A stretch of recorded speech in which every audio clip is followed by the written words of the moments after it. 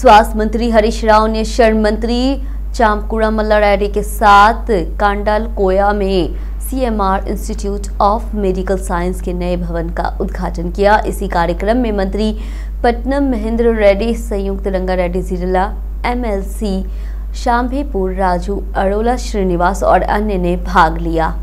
मंत्री हरीश राव ने कहा है CM KCR ने शिक्षा और चिकित्सा पर बहुत जोर दिया है, जबकि पहले संयुक्त आंध्र प्रदेश में 2850 मेडिकल सीटें थी, अब 10,000 सीटें बच गई है। पहले मेडिकल छात्र पढ़ाई के लिए चीन और यूक्रेन जैसे विदेशी देशों में जाते थे, लेकिन अब ऐसा नहीं है। गरीबों को दवा और डॉक्टर हमेशा उपलब्ध रहे, इसके लिए हर जिले में सरकारी मेडिकल कॉलेज शुरू किया गया है।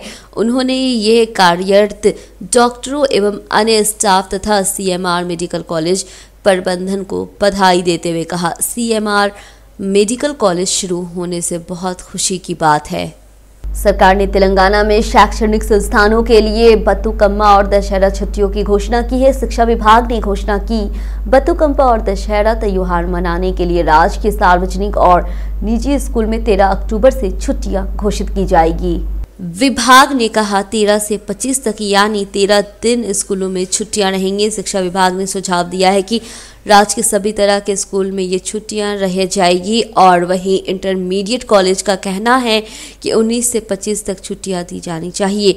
वहीं तेलंगाना में 6 अक्टूबर से सरकारी स्कूल में CM नाश्ता योजना शुरू होने जा रही है और CM KCR रंगारेड्डी जिले के रावी रियाल में इस योजना की औपचारिक शुरुआत करेंगे।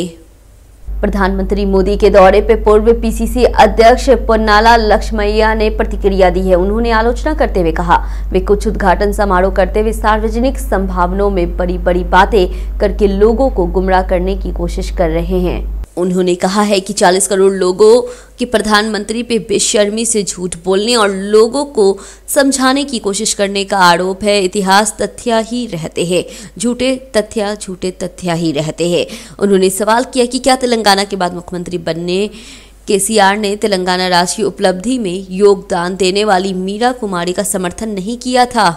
राज्य के गृह मंत्री महमूद अली ने कहा है कि देश के अन्य राज्यों की तरह तेलंगाना राज्य में भी कल्याणकारी योजना सफलतापूर्वक लागू की जा रही है। वे स्थानीय विधायक प्रकाश गौर के साथ अल्पसंख्यक कल्याण विभाग द्वारा ड्राइवर साहब मालिक योजना के अंतर्गत राजेंद्र नगर मंडल में लाभार्थियों को आयोजित कार वितरित कार्यक्रम में शामिल हुए। गृह मंत्री महमूद अली ने कहा, मुख्यमंत्री KCR के विशेष प्रयासों के कारण कल्याणकारी योजनाएं सफलतापूर्वक लागू की जा रही है। तेलंगाना राज्य में सभी समुदाय के लोग के लिए कल्याणकारी योजना लागू की जा रही है। उन्होंने इस बात की सराहना की कि पिछली सरकारों ने अल्पसंख्यकों के कल्याण की उपेक्षा की थी, लेकिन तेलंगाना के गठन और KCR के मुख्यमंत्री बनने के बाद वो अल्पसंख्यकों के विकास के लिए विशेष प्रयास करेंगे। बाद में 120 पात्र लाभार्थियों को ड्राइवर साहब मालिक योजना के अंतर्गत अल्पसंख्यक कल्याण विकास द्वारा सब्सिडी वाली करार दी गई। निजामाबाद से बीजेपी सांसद धर्मपुरी अरविंद्र ने कहा है, हल्दी बोर्ड का गठन BRS को पच नहीं रहा है। केंद्र ने निजामाबाद में हल्दी बोर्ड लगाने की अधिसूचना भी जारी कर दी है। उन्होंने BRS और कांग्रेस नेताओं की आलोचना की, उन्हें समझ नहीं आ रहा है अब क्या बात करें। पिछले चुनाव में हल्दी किसानों ने उन्हें वोट नहीं दिया था, उन्होंने अपना वोट उन्हें दिया था और अब जब हल्दी बोर्ड बन रहा है तो आने वाले चुनाव में वे अपने लिए वोट करेंगे। कांग्रेस कार्यकर्ता इस बात से नाराज हैं कि कांग्रेस पार्टी में बहुजनों को न्याय नहीं मिल रहा है। बहुजनों को पार्टी का झंडा कब फहराना चाहिए, क्या ये सिर्फ जेज पे प्रहार करने के लिए है? उन्होंने कहा कि क्या वे नेता नहीं हैं? PCC अध्यक्ष रेवंत रेड्डी ने आलोचना की, उन पर भरोसा किया गया और धोखा दिया गया। उन्होंने कहा, नांदी कांटी श्रीधर दर्द में डूब रहे हैं क्योंकि 30 साल तक कांग्रेस पार्टी में विश्वास करने के कारण उनके साथ बहुत अन्याय हुआ है। वह इतने वर्षों से इस पार्टी में हैं और मानते हैं कि कांग्रेस पार्टी एक ऐसी पार्टी है जो सभी के साथ सामान्य व्यवहार करती है और सभी के साथ न्याय करती है। वो उनके फैसले का समर्थन करते हैं। कांग्रेस कार्यकर्ता CL यादगिरी ने कहा, वे कांग्रेस पार्टी से इस्तीफा दे रहे हैं। अभी भी अगर पार्टी नेतृत्व सोचती है और नांद कांटी श्रीधर को मल्काजगिरी विधायक का टिकट देती है तो वो पार्टी की जिताने के लिए एक कड़ी मेहनत करेंगे। इस कार्यक्रम में नांदी कांटी श्रीधर कांग्रेस पार्टी के अनुयायियों, नेताओं और कार्यकर्ताओं और अन्य लोगों ने भाग लिया। जुड़वा शहर से विभिन्न गंतव्यों तक जाने वाली सभी प्रमुख ट्रेनों में प्रतीक्षा सूची 150 से बढ़ाकर 250 की गई है। अगले साल 30 जनवरी तक कई ट्रेन में वेटिंग लिस्ट है। अपने गृह नगर जाने वाले लोगों ने पहले से ही दशहरा, दिवाली और संक्रांति के त्योहार के लिए आरक्षण पंजीकृत कर लिया है, क्योंकि आमतौर पर यात्रा से 3 महीने पहले बुकिंग करने का अवसर होता है। हैदराबाद से विशाखापट्टनम, उड़ीसा, बेंगलुरु, तिरुपति, काकीनाडा, नरसापुर, नागरसोल, पटना, दानापुर, जयपुर, मुंबई आदि के लिए ट्रेनों की भारी मांग है। गौतम, गोदावरी, विशाखापट्टनम एक्सप्रेस, भुवनेश्वर, नरसापुर एक्सप्रेस आदि ट्रेनों में अगले 4 महीनों के लिए वेटिंग लिस्ट पर आरक्षण बुक हो चुका है। सेकंड एसी, थर्ड एसी और स्लीपर क्लास के लिए भारी प्रतिस्पर्धा है। वहीं सामान्य दिनों में लगभग 2.5 लोग हैदराबाद से विभिन्न स्थानों के लिए आवागमन करते हैं। त्योहार, लगातार छुट्टियों और सप्ताह जैसे विशेष दिनों के दौरान यात्री यातायात नाटकीय रूप से बढ़ जाता है। पहले ज्यादातर लोग केवल संक्रांति के लिए अपने गृह नगर जाते थे, लेकिन अब शहरवासियों की दिलचस्पी इस बात में रहती है, अगर 4 दिन लगातार छुट्टियां आ रही है तो कहां जा सकते हैं। छुट्टियों के दौरान 30,000 से अधिक आंतरिक लोग यात्रा करते हैं। मल्काजगिरी निर्वाचन क्षेत्र के अलावा पार्षद चिंतला शांति ने कहा है, इस सरकार ने सभी वर्ग के लोगों के लिए कई विकास कार्य किए हैं। उन्होंने कहा, कई वर्षों से चली आ रही वर्ष जल जमाव की समस्या का अस्थायी समाधान बीआरएस सरकार ने ही किया है। पार्षद चिंतला शांति ने रूबरू के दौरान कहा कि लोगों के विकास के लिए बीआरएस पार्टी भारी बहुमत से दोबारा जीतेगी। केएल यूनिवर्सिटी के छात्रों ने कैंपस प्लेसमेंट के उत्कृष्ट प्रदर्शन की अंतर्राष्ट्रीय संस्था न्यूटॉनिक द्वारा आयोजित कैंपस इंटरव्यू में केएल यूनिवर्सिटी के 7 छात्रों का चयन हुआ है। वहीं भीमराम कृष्णा प्रशासनिक निदेशक श्रीनिवास ने प्राचार्य डॉक्टर कंटेश्वर के साथ जुबली हिल्स में विश्वविद्यालय मुख्यालय में आयोजित एक बैठक में चयनित छात्रों को सम्मानित किया। विश्वविद्यालय की कुलपति प्रासार्थी वर्मा ने कहा, 50.57 के वार्षिक वेतन के साथ नौकरी पाना रोमांचक है। माता पिता के सराहना और मेहनती विद्यार्थियों के उत्कृष्ट शिक्षण से ये संभव हो सकता है। ये गर्व की बात है कि एक ही कंपनी में 7 लोगों को भारी वेतन पे चयन हुआ है। उन्होंने विश्वास व्यक्त किया है, आने वाले समय में केएल विश्वविद्यालयों से और अधिक प्रतिभाशाली छात्र वैश्विक औद्योगिक आईटी कंपनियों को उपलब्ध कराया जाएगा। नॉर्थ जोन ट्रैफिक के एसीपी मधुसूदन रेड्डी ने सुझाव दिया है, सभी को ट्रैफिक नियमों और सिग्नलों का सख्ती से पालन करना चाहिए। वाहन चालकों को सड़क पे अनुशासित रहना चाहिए। उन्होंने कहा, नशे में धुत होकर गाड़ी चलाने वाले नाबालिग ड्राइविंग नियमों का उल्लंघन करते हैं और अन्य वाहन चालकों के जीवन को खतरे में डाल देते हैं। रूबरू के दौरान zone traffic ACP Madhusudan Reddy कहा, ट्रैफिक नियमों के खिलाफ काम करने वालों को बर्दाश्त नहीं किया जाएगा और उनके खिलाफ मोटर वाहन अधिनियम के तहत सख्त कानूनी कार्रवाई की जाएगी।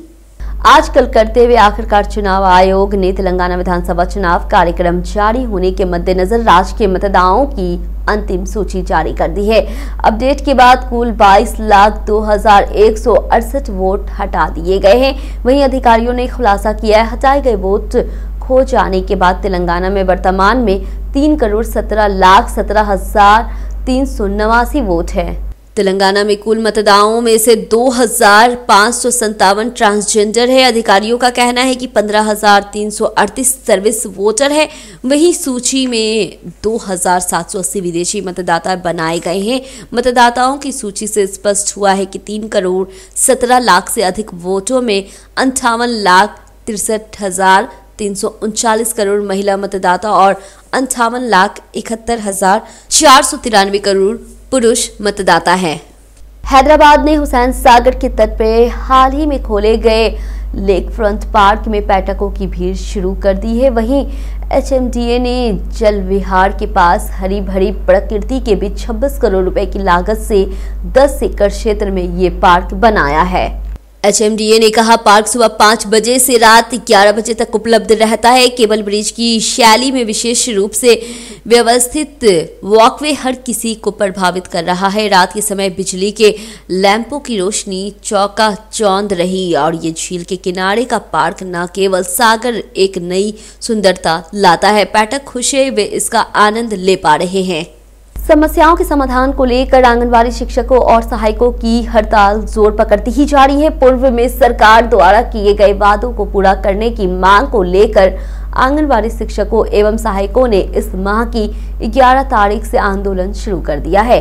उनकी मांग है कि आंगनबाड़ी कर्मचारियों को 26,000 रुपए और शिक्षकों को 10 लाख रुपए और सहायकों को 5 लाख रुपए सेवानिवृत्त लाभ के रूप में वेतन दिया जाए और सीएम केसीआर द्वारा पूर्व किए गए वादों को पूरा किया जाए।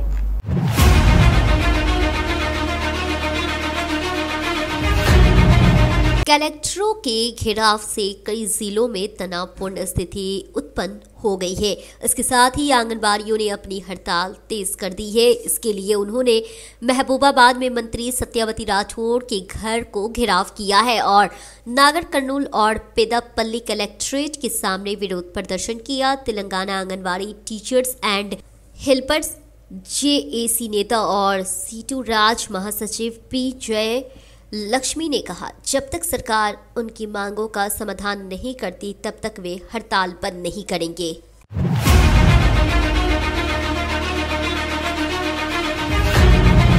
वहीं जिला स्तर पे रिले शुरुआत बुलाई गई है। 24 को गोल मेज बैठक हो रही है और 26 को हैदराबाद के इंदिरा पार्क में धरने के लिए गतिविधियां तैयार की गई है। सरकार ने पिछले महीने की 18 तारीख को मंत्री सत्यावती के साथ बैठक में किए गए वादों को भी नजरअंदाज किया है। इस बीच मंत्री सत्यावती राठौड़ ने बयान में आंगनबाड़ी शिक्षकों से हड़ताल वापस लेने को कहा है।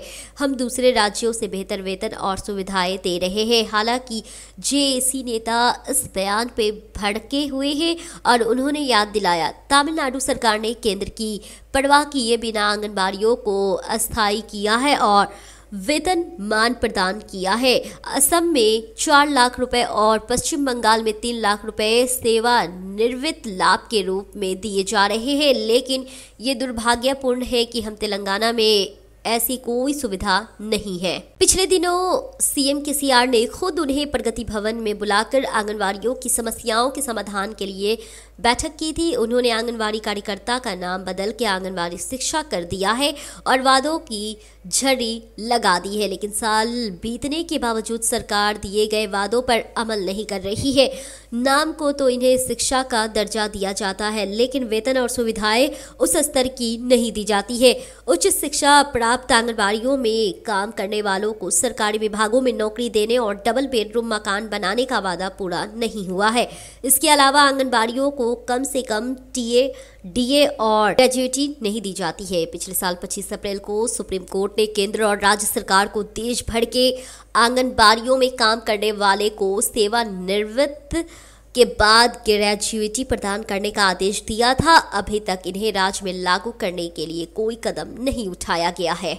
वहीं सरकारी कल्याणकारी योजना भी आंगनबाड़ी शिक्षकों व सहायकों के लिए अच्छी नहीं है। इससे पहले सरकार ने आदेश जारी किया, वे कल्याण लक्ष्मी और आसरा योजनाओं के लिए पात्र नहीं है। शहरी क्षेत्रों में जिनकी आय सीमा 2 लाख रुपए और ग्रामीण क्षेत्रों में 1.5 लाख रुपए से कम है, वे इन योजनाओं के लिए पात्र हैं। वहीं आंगनबाड़ी शिक्षकों को वर्तमान में 13,550 रुपए प्रति माह और सहयोगों को 7,800 रुपए प्रति माह का भुगतान किया जाता है। ऐसे में सवाल उठता है, पात्र होने के बावजूद उन्हें योजनाओं का लाभ क्यों नहीं दिया जा रहा है? जब भी वे इस मामले को लेकर चिंता जताते हैं तो सरकार इन योजनाओं को लागू करने में समय तो लगाती रहती है, लेकिन आदेश जारी नहीं किए जाते हैं। नगोल तटी अन्नाराम स्थित तालाब के आसपास जल शक्ति मंत्रालय के कर्मियों द्वारा सफाई की गई है। भारत सरकार जल शक्ति मंत्रालय केंद्रीय भूजल बोर्ड हैदराबाद के तत्वावधान में स्वच्छ भारत के तहत स्वच्छता अभियान चलाया गया। इस मौके पे नागोल तटी ने अन्नाराम में तालाबों के आसपास की सफाई की। इस कार्यक्रम में भारत सरकार जल विद्युत मंत्रालय केंद्र और भूजल बोर्ड हैदराबाद के कर्मचारी, जनप्रतिनिधि एवं अन्य लोग ने भाग लिया।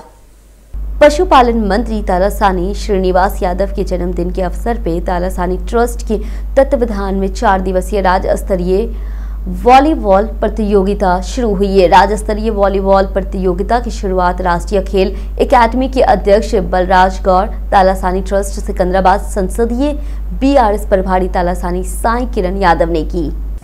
वॉलीबॉल प्रतियोगिताओं में प्रदेश भर से 12 टीम ने भाग लिया है और वहीं उन्होंने कहा तालासानी ट्रस्ट के तत्वावधान में पिछले कुछ वर्षों से खिलाड़ियों को प्रोत्साहित करने और उनमें उत्साह पैदा करने के मुख्य उद्देश्य से प्रतियोगिताओं का आयोजन किया जाता है। राज्य के मुख्यमंत्री केसीआर ने खुलासा किया कि केसीआर स्पोर्ट्स किट भी प्रतिभाशाली खिलाड़ियों को सामने लाने के इरादे में युवाओं के सामने पेश किया गया। हैदराबाद के दुर्गम तालाब पे साइकिलिंग टू वोट नामक वॉक कार्यक्रम का आयोजन किया गया है। वहीं मुख्य अतिथि के रूप में राज्य चुनाव अधिकारियों की विकास राज, साइबराबाद सीपी स्टीफन रविंद्र अधिकारी और अन्य उपस्थित थे, जबकि बड़ी संख्या में साइकिल चालकों और पैदल यात्रियों ने भाग लिया। मुख्य चुनाव आयुक्त राजीव कुमार ने झंडा लहरा के वॉक कार्यक्रम की शुरुआत की। ये कार्यक्रम सभी को वोट देने के लिए अधिकार के बारे में जागरूकता पैदा करने के लिए शुरू किया गया था। विद्यार्थियों ने मताधिकार का प्रयोग करने के लिए नाटक प्रस्तुत किया। मुख्य सचिव आयुक्त राजीव कुमार ने कुछ देर तक साइकिल चालकों से बातचीत की। मुख्य चुनाव आयुक्त राजीव कुमार ने कहा सभी को अपने मताधिकार का प्रयोग करना चाहिए। इस कार्यक्रम के मुख्य अतिथि भारत के मुख्य चुनाव आयुक्त राजीव कुमार और आयुक्त अरुण गोयल, अनुपम चंद्र पांडे थे। तेलंगाना विजय फेडरेशन की मेगा डायरी ने सभी निर्माण कार्य पूरे कर लिए हैं और शुरू करने के लिए तैयार है। रंगारेड्डी जिले के महेश्वरम मंडल के रवि रायला को 40 एकड़ क्षेत्र में 250 करोड़ रुपए की लागत से बनी मेगा डायरी शुरू होने वाली है। आईटी और नगर प्रशासन मंत्री केटीआर ने कल दोपहर इसका उद्घाटन करेंगे। 5 लाख और 8 लीटर की प्रोसेसिंग क्षमता के साथ इस देश की नवीनतम और पूरी तरह से स्वचालित मशीनों और प्रोसेसिंग तकनीक की मदद से बनाया गया है। इस मेगा डायरी के प्रबंधक के लिए सौर ऊर्जा उत्पादन प्रणाली के साथ साथ उपस्थित उपयोग के माध्यम से बिजली उत्पन्न करने की व्यवस्था की गई है। मिशनरी की स्थापना प्रतिदिन 1 लाख लीटर ट्रेटो पिक्ड दूध और प्रतिमाह 30 टन मक्खन और प्रतिदिन 10 टन घी का उत्पादन करने के लिए की गई।